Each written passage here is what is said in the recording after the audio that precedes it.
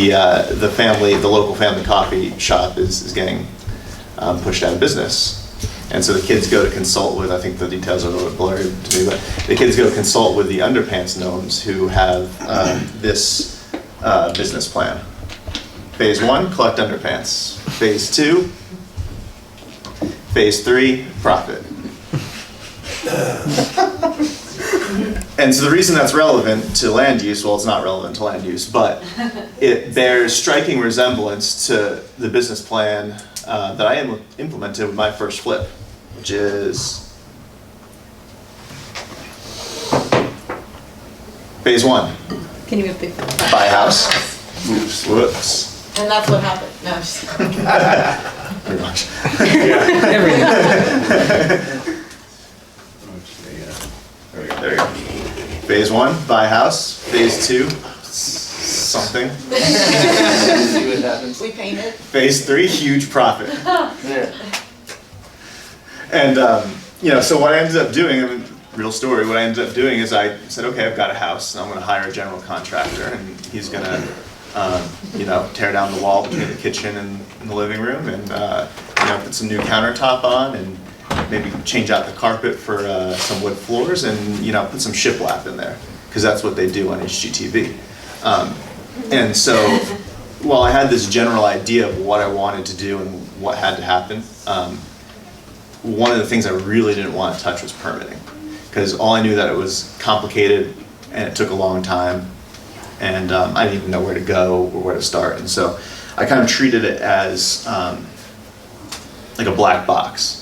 I just said, okay, GC, I want you to go get this permit, and he gladly obliged. And what I learned is, among other things, that he's a con artist, and but besides that, he is from McAllen, Texas, and he has never obtained a permit in Austin, and obtaining a permit in McAllen, Texas is a little bit less complicated than obtaining a permit in Austin. And so after months and months and months of nothing, eventually got a permit, and then months and months and months of not much else, we eventually got this house renovated, and at significant personal financial loss, we eventually sold the house. And a lot of lessons. Yes. And so what the lesson I want to bring from that is that there should be a tool in all of your toolkits, which is understanding what can go on this lot. Because it's not that every one of your clients is going to be a flipper or a builder that wants to demo the house, but stay with some friends, or we're going to be out of town anyway, so we try to short-term rent it. And the mistake we made was posting an exterior photo of our house. Yeah, I've heard that. If you don't post an exterior photo of their house, they can't just see your address. Yeah. So it's very, very hard for them to figure out where you are, which house you are. Yeah. Let alone how much you really leased it, and all those things. The bottom line, though. The trade. Yeah, well, the bottom line, guys, is this is discussions you are not to have with your client. Okay. My broker said. Yeah, your broker said do at your own peril. No, I'm kidding. Right. So anyway, the point of all of that is, if you're representing a buyer, unless they're intending to live there as their primary residence, can't really get short-term rental. And that's why when I go through, I'm going to go back to this real quick.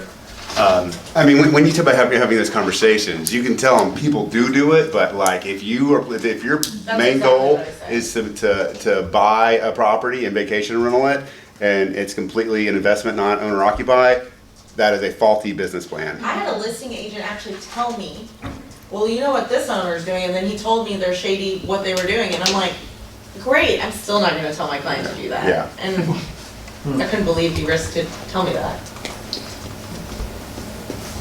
Okay, so going back to this real quick, we kind of were talking about use, right? And then the basic flow plan of this, trying to figure out what you can do with it, is figure out your zoning, figure out your overlays, pick your use within those zonings and overlays, and then the Austin Land Development Code throws this big wrench into it, which is subchapter F. Okay. Which is to say, anything in this geographical area, which is basically 183 Ben White, Mopac. Anything inside there has an additional, it's not a zoning overlay, but there's additional restrictions. There's all kinds of weird additional restrictions that architects are supposed to know and understand, and even they don't necessarily understand, about imaginary tents and all kinds of weird things, and bulk and mass and all these concepts I'm not going to get into, which is why I said too long, didn't read. All you really need to know is that you're additionally limited to 40% maximum FAR in the subchapter F zone. But there is an exception, I think, because there's so many small lots, like 5,000 square feet, 4,500. If you don't meet, you're always allowed at least 2,300 square feet. You can build up to 2,300, even if you're like at 70% FAR, if your lot is Right. is small. Oh, I didn't know that. It's called small lot amnesty. Yeah. Doesn't mean you can create, when they say minimum lot size is 5,750 for an SF3, doesn't mean you can create a bunch of 4,000 square foot lots and build 2,300 square feet on it. But Right. there's all these existing lots all over the place that are 5,000 and 4,500. And when you calculate, 40% FAR on, Like say, a 16. 4,000 square foot lot, and that gets you 1,600 square feet, they say, no, we're gonna let you put at least 2,300 square feet on that. What do you mean by, sorry, I don't know what that means. Okay, so FAR stands for floor area ratio, which is the ratio of the building square footage divided by land square footage. Okay, So super easy math, if you have a 10,000 square foot lot, that means you can build 4,000 square foot of house. okay. People get that confused when that's the pervious cover, but it's, It's separate from that. Impervious cover is 45? 45 in SF3 zoning, yeah. So, now that you've found your zoning, you've found your overlay, you've determined whether it's in subchapter F and applied those additional conditions on top of all of that. Now basically what you decide is what you're gonna use, right? And so this is where we go back to this short-term rental and all the things that you can do within this zoning and overlay and everything else. Yes, short-term rental is a permitted use. Can you effectively do that? Probably not. Retirement housing, sure, can you do that? Is that really relevant to our conversation today? No. So the big three things you can do in SF3 zoning, again, is duplex. You can do house and ADU, which they call two-family, or you can do single-family. Okay, and so I usually, when I'm building a lot, I figure that out pretty quickly, and then it takes me a little while to decide what do I do here, right? So the next thing you have to do there is figure out, well, what kind of yield you can get. So if I'm looking at what kind of yield you can get, right? Calculating your FAR. So if I'm gonna go into this lot in Travis Heights that I just bought, and I see that's 9,100 square feet, quick math, I can get a little bit more than 3,600 square feet on that. And the question is, how do you break that up? I've got a I've got a lot in a decent area, but not like prime Travis Heights, right? It's like a B location in Travis Heights. Do I want to build a 3,600 square foot house and pay for all that? And how much am I going to get out of it? Do I want to build a duplex, chop it in half, and try to sell them off separately? Or do I want to do a house in an ADU? And which one of those is going to get the most money when I try to sell it? So now I'm kind of preaching to the choir. You could do a condo regime in SF3, can't you? Yeah. Yeah. You can do it, and A 2-unit condo regime. exactly. A condo is not a zoning issue. It's not a code issue. It's a Texas. Secretary of State filing issue, yeah. Yeah. So the city of Austin has no input, no say into whether or not you condo it. Okay. If the city of Austin says you're allowed to build these 2 units and occupy the 2 of them, then you can condo it. Got it. Right, and that's what you see developers doing all the time. It's because the land development code is not particularly good at keeping pricing down through density, but some of the few tools they have is allowing duplexes and houses and ADUs. And so, again, I'm looking at this lot, and this is just a stupid little thing from the MLS. I don't need to teach you guys how to do comps, but if I'm looking at this sort of B location within Travis Heights, and I decide that I can do one of these 3 things. I can build a 3,600 square foot house, I can build 2 1,800 square foot duplex sides, or I can build a 2,500 square foot house and an 1,100 square foot ADU. Then I'm gonna hit the MLS, look at comps, and figure out what I think they're worth. And I'm not saying this is exactly what I think, but this is a pretty good example of what I would probably be thinking about a lot like this, where I say, okay, Can you move the laptop a little bit? sorry, if I really tried to build a nice house here, maybe the top of the market is 1.6 million. If I were to build a duplex, I think they're maybe worth 750 per side. And so all of a sudden, I'm losing money by trying to build a duplex there. Or if I did a 2,500 square foot house with an ADU in the back, well, I know the ADU is going to get 550 pretty easily. What can I get for the house? Well, nothing that's 2,500 is really selling for less than 1.2 million, so I'm going to stick with that. And then all of a sudden, I've got 1.75 million for my value there. So that's what I mean by highest and best use in determining land use. The highest and best use, as I determined of this property, is to do two-family residential. Okay.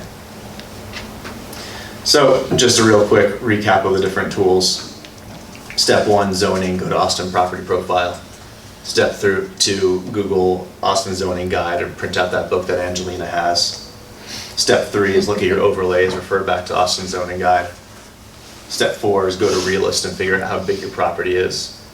Step 5 is valuation using the MLS. Nice. I have a question. Johnny? Can you go back to the slide before that one? With all the three end uses? So when you're looking at those three options, like a 3,600 square foot house for 1.6 million, my first thought was, how many buyers are out there for $1.6 million house? Same thing with 2,500 square foot house, 1.2 million. Because although you could net more money, is the timeline and expense worth it for 1.75? Or would two duplexes sell quicker at 750 each, and you're not carrying it for I as don't long? think we would. I think, But you look at those things, like it's not like Well, yes you or also- no. I also oversimplified it by, for example, building this third situation costs more than building the first one. 2 foundations, 2 kitchens, more bathrooms. You know, I mean, it's really cheap to build a big house with big bedrooms and empty space. It's more expensive to build all the systems twice, 2 air conditioning compressors, all these things. And so really, if that's what I really think I'm getting, if I really think I'm gonna get 1.6 and I really think I'm gonna get 1.75, I don't know that that's all that much better, because I might spend 150,000 more. Same thing with here, you have to determine based on the location and the current market conditions, is one of these more saleable? So let me ask you this, you just did the duplexes in Travis Heights. Which more desirable, that the 1.6 or I would say, or the 2 duplexes? Well, those 2 duplexes, I decided I didn't want to build a 1.6 million house there. You know, we're half a block to Live Oak, and right across the street on Live Oak, there's some like housing projects. And Overdeveloped. I didn't want to really go. wanna look at, It absolutely depends on where you're at, even Within within the the neighborhood. neighborhood. cause like Travis Heights, like you said, like you brought it up to Old Torf, you're like, Yeah, I'm literally You doing know. all 3 of these uses in Travis Heights right now. okay. And each lot has a little bit different of reason. Right. That duplex lot was too small for me to do a house in an ADU. It was it was a little over a 7,000 square foot lot. And so that's 2,800 square feet of FAR. If I subtract 1,100 from it, then I have a 1,700 square foot house and an ADU. And I didn't think that 1,700 square foot house was gonna be worth enough. What we did there, and this is maybe for next lesson, is we got an attic exemption. And so we built that 2,800 square feet, plus we built the 3rd story in a way that didn't count towards our Did you FAR. have to apply for a variance, or how did you do that? Yeah. Attic exemption is an exemption from FAR that's allowed in the zoning code. Oh, wow. And there's all these kinds of things that you need to talk to an architect about the McMansion tent, about the average height of the usable space between 5 feet and 7 feet. It's just, it's overly complicated, but, you know, too long didn't read, talk to your architect. You could sometimes do an attic exemption. In this case, we were able to turn that 7,000 square foot lot, 2,800 square foot house into, well, we got 4,200 square feet out of that. And so we were able to build 2 2,100 square foot duplexes, which we got about $825 to $835 each. Are those the ones that you did the open house with the Mhm. top? I thought you did great on that top part. Thank you. I mean, I see a lot of those on the east side, Mhm. and you're like, why did you even bother? Mhm.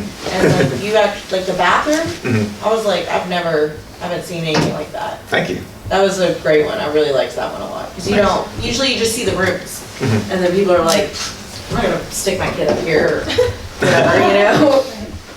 I also find it useful to have just a baseline understanding of all this stuff so that Yeah. when you do walk into these places with buyer clients and they're like, why did they do this roof so weird? You can say, well, because they had to. Well, I think the other part of it is that, like, you know, sometimes people are willing to buy fixtures or smaller homes in Zilker that, and they may be paying a little bit too much for it, but it's all they can afford in Zilker, right? But fast forward 5 years when they're making a shitload more money and they have more potential to do more things with it. So it's easier to sell that house. I mean, people want to live in a certain area, and all they can afford is not enough for them. But if you know, thinking on the silver lining here is like, this value's going up. You're going to make more money year over year, and there's an upside opportunity. Yes, it's at the top of the market, which is at the top of the market is the very lowest that you can afford, right? But there is an opportunity here. I mean, you see that all the time. Young couples moving, you know, from California that are moving from Facebook. I saw at an open house one time, and they could only afford $800,000. But you know, these guys are going to make a lot more money in 5 years, and it's a good investment for what it could be, not exactly what it is now.